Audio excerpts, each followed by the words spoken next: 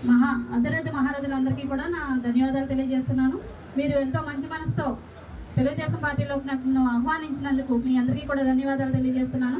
ఈ రోజు నేను తెలుగుదేశం పార్టీలోకి రావాలని ఎందుకు నిర్ణయం తీసుకున్నానంటే, ఒక సర్పంచ్గా నేను గ్రామంలో పరిపాలన చేసేటప్పుడు నా విధి విధానాలు ఏమిటో ఒకప్పుడు ఒకలా ఉండేవి, మన రాక్షస పాలనలో జగన్ గారి ప్రభుత్వంలో ఒకలా ఉన్నాయి. మా విధి విధానాలు, మా విధులు, అధికారాలు ఏమీ లేవు. గ్రామ స్వరాజ్యం కాపాడలేకపోతున్నాను, గ్రామ స్వపరిపాలన చేయలేకపోతున్నాను.